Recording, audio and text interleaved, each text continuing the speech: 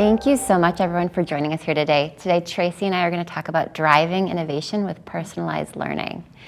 My name is Jessie Martin. I'm a senior manager of compliance education at DaVita, and I manage a team of instructional designers and communication folks to design compliance training for over 50,000 teammates at DaVita.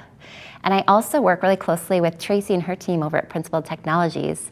They are key partners for us in the compliance training that we're designing. That's right. We've been fortunate enough to work with DaVita since 2014 on a number of different projects. PT designs and develops custom training solutions, so we also have teams of instructional designers, project managers, graphics, developers, etc. Today we're going to talk about a couple case studies that relate mostly to personalized learning. So when we say that, what is personalized learning? Well, we have learned that it is a very broad definition and has many different meanings to many different people. But if you think about personalized media, you think about like Facebook and how it's optimized based on our prior experience with the platform, things that we've done, our behaviors, or maybe our interests. So if we're on Amazon, it's going to recommend content for us or recommend purchases for us based on our past behaviors. Yeah, so really tailoring that for each individual person or audience. Right, and then the other thing too is because we have become so accustomed to that in our home lives as we're surfing the internet, learners are going to come to expect that in their work environment as well if they haven't already. So today we're going to show you a few different ways that are pretty simple out of the gate to get started with personalized learning if you're not already there. So personalized learning, as you see on the screen, really is about tailoring your learning solutions to the preferences and interests and experience levels of your audience. Yeah, so thinking about all the different ways that you can provide learners with Tailor Experiences, you can adjust so many different things. You can adjust the pace of the learning depending on their level of expertise, how much review they need, how much detail. You can adjust your approach based on what you might know about their motivations going into it, or maybe have them indicate to you what their motivations are and adjust your approach accordingly. You can adjust the content. So we're going to see two case studies today where we use personalized learning. Right. And one of them is a project that we partnered on where we really adjusted the content in our compliance training to be relevant to folks in a number of different roles at DaVita. And then another case study where we adjusted, or really Principled Technologies adjusted the experience for the learner. So thinking about different formats based on the learner and based on what was needed for the training at that time. So personalized learning, as we said, it's very broad, and it really, as you make those adjustments, you can make them along a technical complexity spectrum. So there are some things that you can do very simply on the left end of the spectrum, and that's where we're going to be mostly focusing today.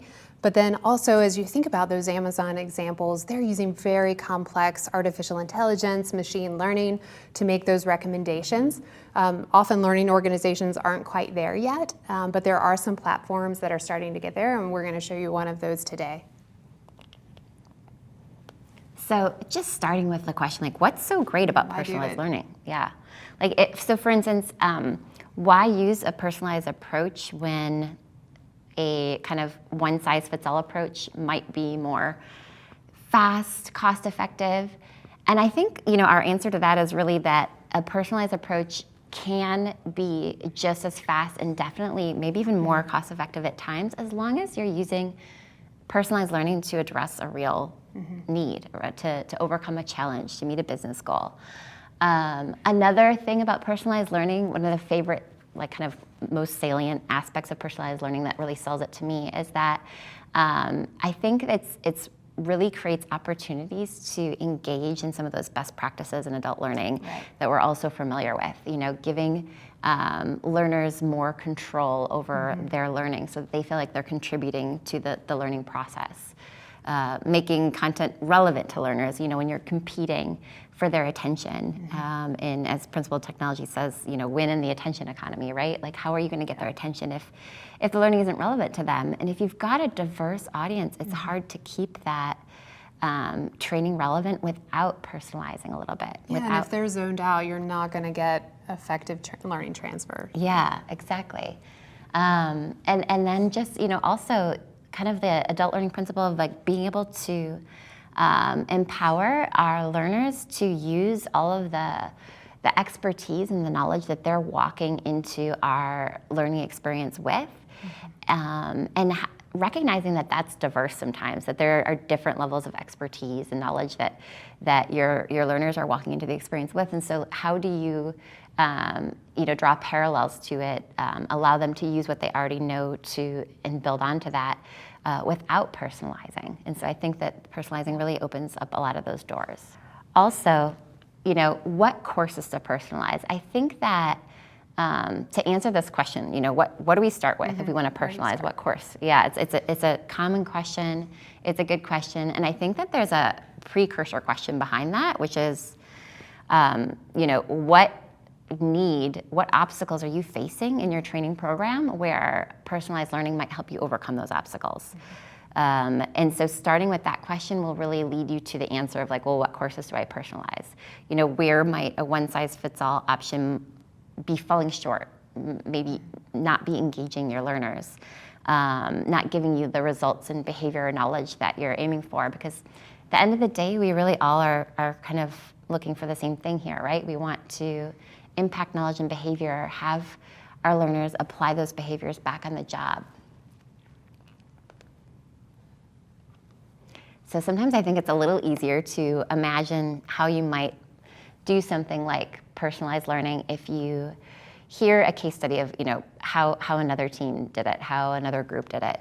And so I'm going to share with you what our challenge was at DaVita, working on compliance training, and how personalized learning really helped us overcome a lot of those challenges and why we did it. And really, you had to make the decision on which course to start with. Yeah, we did. Yeah, we did. And you guys were great partners on that too. But yeah, so basically what our challenges were is we were starting out with, kind of your annual compliance training where we were having over 50,000 teammates take this training. And DaVita is a provider of dialysis services at its core part of its business. And so a lot of the examples and the scenarios in the course were really, geared towards targeting those folks working out there with our patients, right? Our patient care in the dialysis service part of the business, because that was really our, those are the majority of where majority of our teammates are in their work environment. But we also have some more ancillary businesses, which are called strategic business initiatives. There's about, I think at the time that we did this first, there was about 11 of them. And the day-to-day of those teammates was very, very different than the day-to-day of our teammates out there working in our dialysis centers with patient care. And so what we were hearing from our business leaders in those kind of strategic business initiatives was that sometimes the learners were tuning out of our compliance training because they were seeing these examples that didn't really speak to the kinds of risks and situations that they were facing in their own work environment, which was different.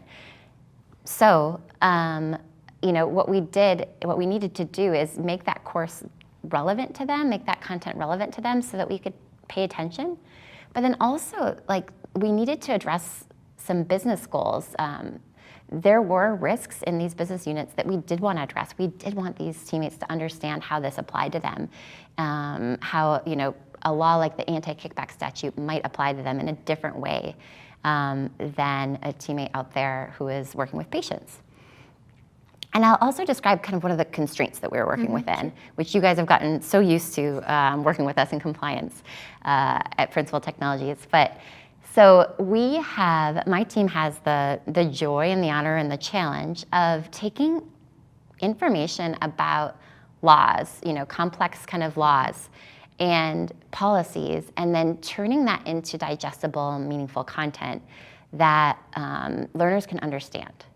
And in order to arrive at kind of that right description or summary of the law or of the policy, there's a lot of back and forth and negotiation and edits and reviews that happen between my team and our subject matter experts, in compliance, our attorneys, et cetera. And so there's so much work that goes into that, right? Yeah. Into that kind of that meaningful description of the law that doesn't oversimplify it, but still makes sense to a learner. And so when we were wondering, well, do we make 12 different courses for these 12 different business units? Immediately my mind went to, wow. That's a lot of reviews. Yes, and that's a lot of, and like, I don't want 12 different descriptions of the anti-kickback statute based on who, our subject matter experts are in that particular business unit. And so those were all of the challenges that we were facing that really led us to, well, why don't we take a personalized approach? Why don't we create a course that adjusts for, the role or the business unit of each learner? Yeah, absolutely. So that's where we landed. So this is actually a screen in the first version of this course, which was built in Articulate Storyline, built by Principled Technologies in Articulate Storyline. And in the course, learners they select their own business unit. So basically, once they select their business unit, they are then routed on the back end to a version of the course that is tailored to their work experiences, that addresses, that provides them examples of what the risks look like in their day-to-day in their business unit. And how did we get there? A really important step that we went through in the process that we went through is discerning between what should be our common content, so like that core content that all teammates see the same thing, versus our personalized content or our role-based content. So it was really important to us as we thought about it, we thought about like efficiency and effectiveness, to keep things in that core content that really could be the same for all teammates. So again, like just working with version control and need for reviews. What could be the same for every single teammate? And we landed on this really. First, the why. Like, why is compliance important to you? Why does it matter? We felt like that could be the same for everybody. Also, we worked with all of our stakeholders on the front end to get everyone to agree to the same kind of summary of laws so that we didn't have to do that 12 different descriptions of the anti-kickback statute. Also, our policies, a lot of our compliance policies really apply across the board to a number of different teammates, so we kept that the same. And then there were certain examples that could really resonate with everyone depending on their business unit more broadly. So we kept that in our core content. And so that circle, that common content, everyone got that same content. And then when we decided to personalize, we focused on examples, scenarios, practice activities, those learner interactions that really give you more bang for your buck. And then also, when we wanted to personalize, we did it in a way that focusing on examples and scenarios could really help make the learner draw those connections between the law or the policy in their day-to-day by providing relevant examples and scenarios, by making sure that we were describing a situation that they would actually face in their work life. Another way that we address relevance too, which I think is like really important to discuss here, is addressing a business need. So really our business need is to reduce risk, right? Even in these strategic business initiatives. And so what we did was we actually had our compliance investigations folks. We asked them, like, what kind of behaviors are you seeing, or what's coming up in investigations specific to each of these different business units? And how can we target those key behaviors with our examples and assessments and make sure that people understand that those are risk behaviors? We asked our regulators, what's coming down the pipeline? What's keeping you up at night? How might that play out in the day-to-day of teammates in these different roles? And then can we address those with examples and scenarios so that we can, A, help teammates understand how this applies to them, but also, that we can really hit those key kind of targets of like reducing or preventing risk behaviors that we were looking to make sure that we avoided. All right, so once the common content was identified as well as the role-specific content, we started to build the course. So if you imagine you're a Storyline developer, this is what it looks like on the back end. Storyline is a rapid development tool, so we definitely pushed the limits of the tool itself. But we knew we wanted to use the tool. It's something you use a lot, and it works well within DaVita's learning management system. But there were a lot of variables at play. So the structure essentially was that the learners chose their role, as you saw on that previous screen. They get a little bit of welcome information, and then they are introduced to a law, for example. And then after that, there will be some screens that pertain particularly to them and their role. So this transition is seamless to the learner. They don't realize that it's necessarily making that jump, or which part is common content and which part is role-specific content. But it really gives the learner that opportunity to practice in those activities or those scenarios that they will be in on a day-to-day basis. So this is just the very top of that architecture. It goes way, way down in the course. And so at the end of the day, we were able to use kind of simple tools, articulate storyline. Most people have them. Yeah. A standard learning management system, and a process in place, just a discerning process about core content versus which content was personalized, to come up with some pretty good results. We saw positive results in our survey responses. So in particular, our survey responses from those teammates who now for the first time had examples and scenarios that were really specific to their business unit, to like what their day-to-day looked like, to how they might actually encounter risk. And they indicated to us that the course helped them to understand how to be more compliant at DaVita, and that they were more likely to be able to be compliant after taking the course. We got some more informal feedback from various business groups saying, hey, I've really heard from my teams that the compliance training really helped them understand how compliance applies to them this year. And then DaVita actually engaged in a third-party independent evaluation of our compliance program.